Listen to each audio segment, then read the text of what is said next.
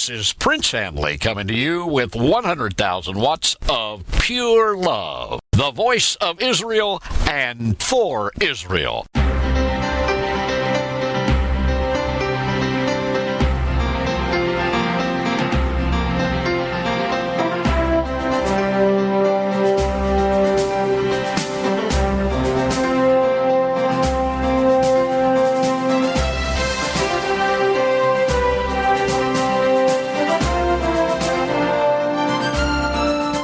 I want to talk to you today about future news now, future weapons now. Specifically, Code Red, the EMP threat urgent priority. Israel and the United States are targets of EMP weapons attack. EMP, the Electro Magnetic Pulse, occurs when a nuclear device is detonated either from aircraft or missiles or from a terrorist device as small as a beer can. The most potentially damaging would be from a high-altitude nuclear explosion. Both Israel and the USA are militarily on ultra-high technical systems. An EMP device would disengage sophisticated electrical gear like sensors, power grids, and computers. EMP attacks could be delivered to Israel from a freighter by Scud Missile or an Iranian SHAHAB missile off the Mediterranean coast, or to the United States off the Pacific coast in the west, the Atlantic coast in the east, the Gulf of Mexico in the south, or the Great Lakes in the north. Dr. Fred Levin, retired U.S. Navy commander and government consultant, states that on a 1 to 10 scale, the threat is a number 8. Listen to the rest of this podcast or read the show notes, and you will see that an EMP attack would also result in no refrigerators working, dead livestock, decomposition of food, factories being closed, military standstill, communications stopped, and failed businesses. The Mossad and the CIA know this. The IDF and Amman and U.S. Armed Forces and the Pentagon know this. They do not want you and the general public to know this, as it will bring alarm. However, I want you to know so that you will know what to do for your protection, your family protection, your business and economic protection, and for the protection of Israel and the United States. Let's talk about how EMP works. An EMP nuclear detonation produces an electromagnetic field with a superfast transient pulse, which couples itself to power lines, cables, antennas, and sends an electric surge or a spike. It literally fries the electronic system in a vehicle, resulting in no ignition. Lights and windows will work because of the battery, but the auto will not run. Terrorists could wipe out Ben Gurion Airport or Kennedy Airport, for example, plus a host of other targets. Air traffic control would become disabled. There would be no communications. Planes in the sky would be left flying blind and would crash after running out of fuel. EMP devices can be used in the size of beer cans. No need for air attacks. Terrorists can target financial centers. For example, the New York Stock Exchange could be wiped out with individuals and companies losing billions, possibly trillions of dollars. An air attack on either Israel or the United States could take months or even years from which to recover. However, a hand EMP device the size of a beer can, which have been made in Russia, could be used at airports, financial or communication centers, hospitals, power companies, police or military bases, and urban traffic and transit control centers. So it does not have to be an attack from the air. Militarily, EMP weapons can disable vehicles, even heavy armored vehicles, in a single hit. Data transfers are also jammed, resulting in no communications, which would affect medical, military, financial, personal, power, water, lights, sanitation, and other areas of human endeavor. Either country, Israel or the United States, would be brought to, for all practical near-term purposes, an irreversible standstill.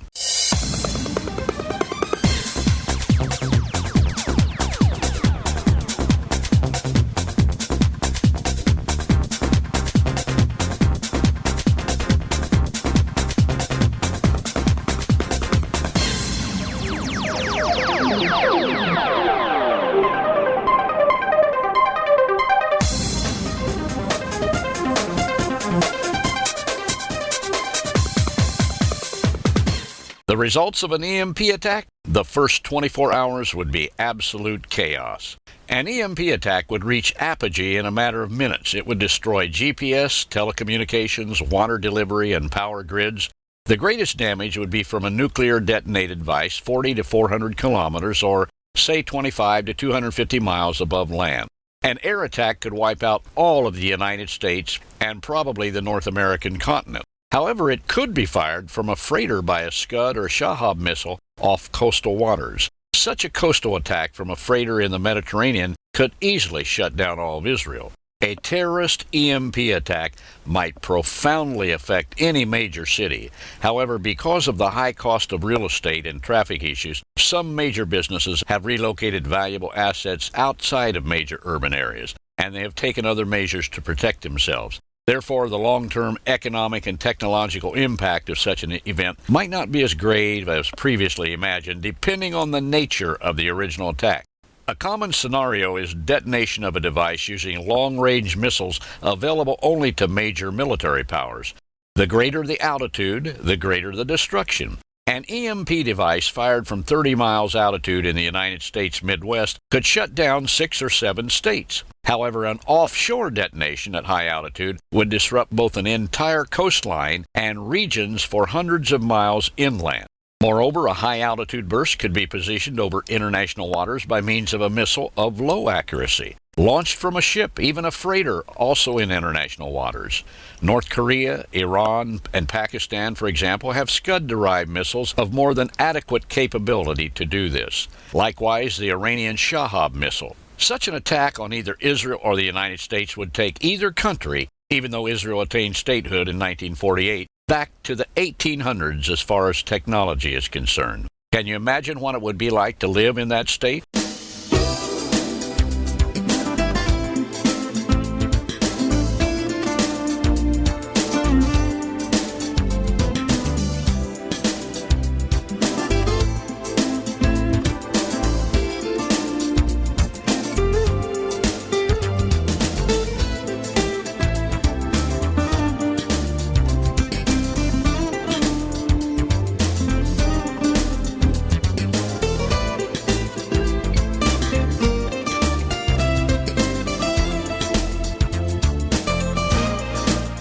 Let's talk about assessment of the current threat.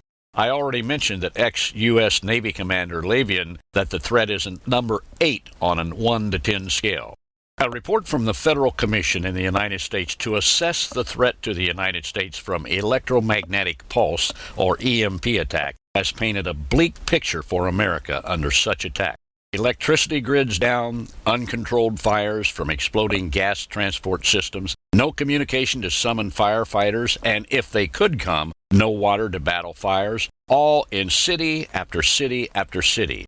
The 200-page report says Americans should look to past incidents, then multiply those impacts by the number of cities that could be hit by such an attack. For example, of a past incident, San Diego County in California, the Water Authority, and San Diego County Gas and Electric Companies experienced severe electromagnetic interference. Both companies found themselves unable to actuate critical valve openings and closings. This inability necessitated sending technicians to remote locations to manually open and close water and gas valves, averting, in the words of a subsequent letter of complaint by the San Diego County Water Authority to the Federal Communications Commission, a potential catastrophic failure of the aqueduct system. This report also explained the potential impact could have included an aqueduct rupture, with disruption of service, severe flooding, and related damage to private and public property. The source of the 1999 problem? An errant radar on a ship 25 miles off the coast of San Diego, the report said. A simple problem caused a potential catastrophic failure. Think what an EMP attack would do.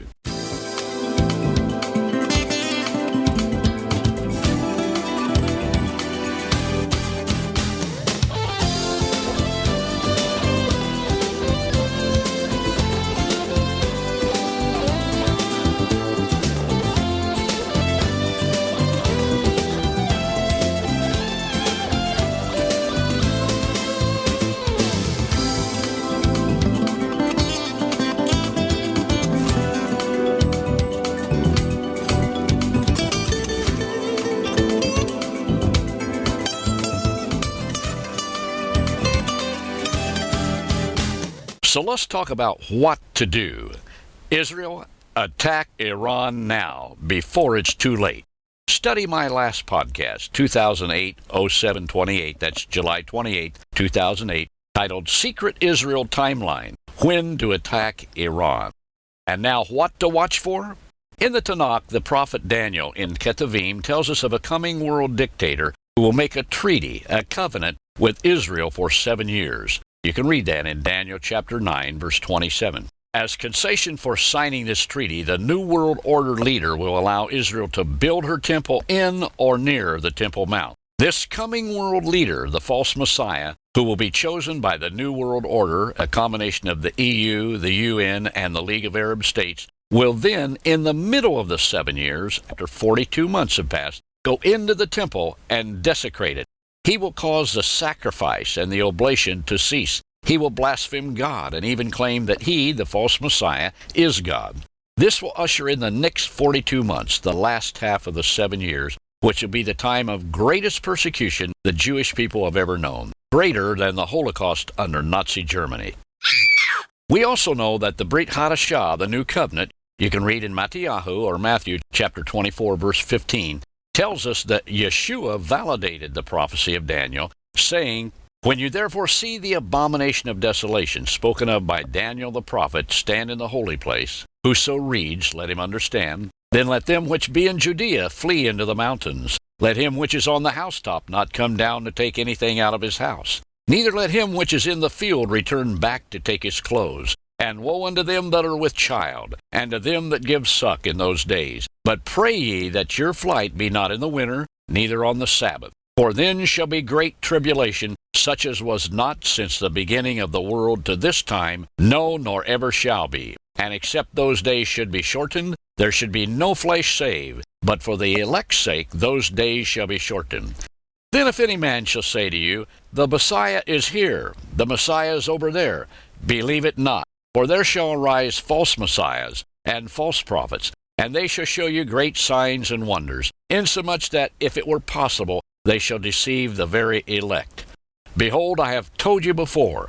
Wherefore if they say unto you, behold, he's in the desert, don't go there. Behold, he's in the secret chambers, believe it not. For as the lightning comes out of the east and shines even to the west, so also shall the coming of the Son of Man be." The end of quote.